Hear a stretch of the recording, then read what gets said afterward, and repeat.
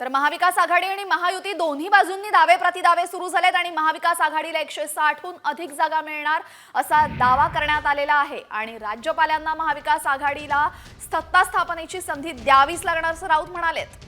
आणि महाविकास आघाडी आता 26 तारखेला आपण बघतोय की राष्ट्रपती राजवट लावता येणार नाही असं वक्तव्य आता मवियाच्या नेत्यांचं आहे।